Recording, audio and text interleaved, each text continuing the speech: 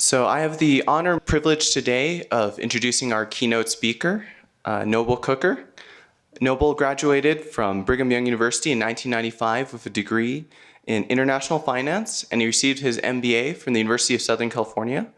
As a fellow USC alum, I want to say, go Trojans and fight on. Nobel had a long and distinguished career at Disney, where he rose to become the president and CIO of Disneyland Hong Kong. Following his time at Disney, Dalian Wanda, one of the world's largest entertainment companies, recruited Nobel to become the president and general manager of their theme park department. This department oversaw $13 billion in development, including, was pretty stunning to me, development no less than 8 outdoor parks, 11 indoor parks, and 5 water parks. He was also named the top chief information officer in Asia in 2006 and received the Best Global Service Organization Award for Asia in 2009. Nobel wisely used his time at both Disney and Dalian Wanda to interact extensively with many of the professional, business, political, and cultural thought leaders in China. These interactions and his many travels throughout China have provided him with an incredible breadth of knowledge and insight into China. Nobel is currently a professor of business strategy at USC. Now let's please welcome Nobel Coker for a warm round of applause. Just to clarify a little bit, my role at Hong Kong Disney was vice president of operations. So I was the head of operations for Hong Kong Disney, and then moved to be a divisional president at Wanda. Interestingly enough, the time at Disney, I was with Disney for about 16 years, is what people are most interested in. But the time at Wanda was the most educational period for me personally. So I'm going to try to draw from both of those. And it actually ties into, I think, very well of what our opening remarks were. The challenge as you move into an increasingly global economy, you start having to go across different cultures. And whether you're starting out in a career where you have to learn how to engage in a different culture, or whether you're further along in your career where you have to be able to lead and motivate in different cultures, the challenges are very significant, especially significant for me. So this is where I'm from, the plains of Texas. My mother was a horse jockey, my father was a rancher. You couldn't get more agrarian than I was. And my idea of career was, very honestly, taking care of the horses for a long time. And this is where I ended up. And that's quite a juxtaposition. Very, very different environments, very, very different contexts, very, very different people, very, very different way of being raised and communicating. Everything was fundamentally different. However, there are some things that are universal. And that one of those things is advice that my dad gave me, the quintessential rancher, okay? I do have to tell you, my grandfather used to tell me, he said, I have to say it like my granddad did, boy, never ask a man where he's from. If he's from Texas, he'll tell you. If he ain't, there ain't no need to embarrass him. So I'm passing on some of this wisdom, okay? I'm passing on some of this wisdom. The wisdom from my dad was, wisdom comes from experience. And most of that ain't good. We learn from our mistakes. So I hope to share my learning from my mistakes with you, so hopefully, it can put you a little bit further. My first mistake, and I'm going to go through this really quickly, was I was a new executive. I go to Hong Kong, and I have to do this presentation where a lot of people are relying on what I was responsible for, all of the infrastructure for the opening of the park. And so everybody, it was a small team at the time, maybe a team of 40. It grew to a team of 7,000. But at that time, it was a team of 40. Everybody knew that if I didn't get it right, they couldn't get it right because they couldn't function without those infrastructure pieces. So I did this, long, clear presentation about how everything was under control and all of the things that we would do to make sure that it worked. And for an American, you would say, you kind of play off on it a little bit. So at the very end of my presentation, I said, trust me. Now, of course, I wouldn't put all that time in the presentation if I just expected you to trust me and not worry about it. So when I said that, and I had this big sign at the end of my presentation that said, trust me, all the Americans that were in the room chuckled. Everybody from Hong Kong just stony-faced looked at me. I couldn't figure out, why didn't this come across? This didn't go well. But actually, if I'm honest, I wasn't sensitive enough to even know that it was a problem. So a couple of days later, the head of HR comes to me and says, why are you afraid we won't trust you? And I said, I'm not. Why would you think that? You said, because you ask us to. I said, well, what does that have to do with anything? She goes, well, you must have doubts if you're asking us to trust you after your presentation. And I couldn't even make the connection. Why in the world would you think that? And then afterwards, she explained to me that my request for trust indicated some insecurity on my part that everybody needs to be worried about. So it took me months to recover from that one statement, that one presentation. Something that's a little bit more interesting, complex. I take a position in China. I go to Wanda. 2 weeks into the job, I go to a massive training facility. And they have huge, it's about twice the size of this presentation, 2 of the boards on each side, and probably about 1,000 people in the room. And this was all for training, new orientation. They put this picture up on the board. This is the third slide in. Third slide in, they have this picture. And the guy that's doing the presentation, he puts his hand out, and he said, you are the wine glass. You are empty. You have nothing of value to Wanda. You have to be here long enough to be filled with the wine of Wanda. And then once you are filled with the wine of Wanda, then you can contribute. So, instantly my reaction to that was, okay, I'm gonna go resign. Because I'm worthless, right? You're telling me I'm worthless. I have nothing to contribute. And actually, I did that. I left the training the day. I called my boss, senior executive in the company. I said, I'm going home. And he said, you haven't finished training. I said, no, you don't understand. I'm going to America. He goes, why?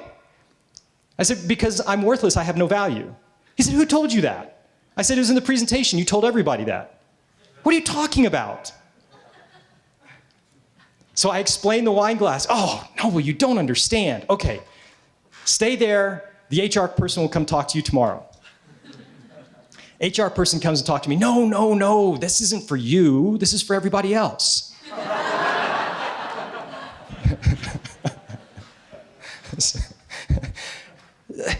Fundamentally, cultural conflict, misunderstanding, right?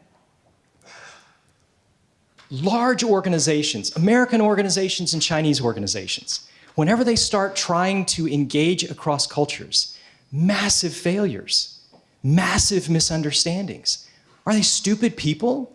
Yeah, this happens in Disney, it happens in GE, it happens in Wanda. So are all of these companies just stupid?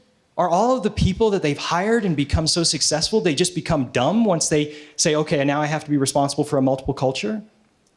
That's not the case. And let me explain with this quick story. I lived in Hong Kong, and I lived in Discovery Bay. So you have to take a ferry from the island side to get to Discovery Bay. I had a colleague that also lived in Discovery Bay. She was an attorney. She was mentioning to me on the way in the ferry how she had a friend who has to live in Hong Kong while his wife and children live in the States so that they can get an education and make it easier for them to get into school in an American school system. I said, I don't think I can make that choice. She looked at me like I was an idiot. She says, it's not a choice, it's an obligation. Remember, I'm a cowboy. I said, what are you talking about? Everything is about choice. She goes, no, it's not. Everything is about obligation. I said, why? She goes, the only reason you believe that is because you're an American. What does that have to do with anything? She goes, I was a refugee. My choice was I could leave everything behind, completely lose my life, everything in the past of my life, and flee and live, or stay and die. What kind of a choice is that? When Hong Kong goes back to mainland China, did the people of Hong Kong have a choice? It was the UK and the government of China. We didn't have a choice. Life isn't about choices. Life is about obligations. Oh, that's a very different way of looking at things. It's the same thing. The way that Wanda trained was training through punishment. Why? Because that's how everything happened in the environment. It's actually not just about one point of view, but a web of interactions that's created as we live our lives. Those experiences create barriers for us to even understand how other people in other cultures can possibly think. Whether you're a refugee, your refugee creates your context, created Betty's context of how she looks at the world about obligations and not choices. My context was individualism. Of course, it's all about me. It's all about me making choices and pull myself up by the straps of my boots, like my dad used to say, right? The executive at Wanda was about, this is how I was taught in school. This is how I've lived my life. It has to be through punishment. There's no other way. These contexts are constraining. It's not that people become dumb. They just can't see. They just don't know. None of us do. That's leadership's challenge. There's a wall. We create walls without even understanding the walls that we've created. And they're big, massive, powerful walls. And we can't see the other side of it. So we don't know how to engage, and we make mistakes. This is terrible, terrible animation, but I didn't have a lot of time. I'm sorry. But that's the intent. That's the intent, right? Now, the intent is, as a leader or in leadership, you bridge those walls. How do you get across those walls to see the other side so that you can engage, so that you can invite, so that you can inspire? Cross-cultural leadership. How do you free individuals and organizations from the cultural constraints that inhibit individual and organizational adaptation? You got to be clear about what your leader thinks they need from you. That's the first thing. You're going into a new cultural context. Why do you want me? You have to understand what they're looking for. And then you have to assess yourself. What do you need from your leaders and your team in order to be successful? Can they even give it to you? And then third, you have to assume nothing. Listen, watch, and ask why. Now, I have a talk for 30 minutes. I don't have that much time. So I'm only going to get into the last one and do it really quickly. And if you want to know more, come to my workshop. All right? I'm selling myself. Yeah? This is what I do. Okay. So cross-cultural leadership, that last point. Suspending judgment, even if it looks and feels wrong. Take the time to understand the context. Because of the context that you were brought in, when you see something different, inherently it's going to feel wrong initially. You have to be able to suspend that. Second, be flexible in approach. There isn't a single right way to do everything, even though Americans think there is. Commit to the objective and explore the multiple paths to get there. And it's not just Americans that think there's a right way of doing everything. Americans and Chinese are very similar. And I'll tell you that story in my workshop too, okay?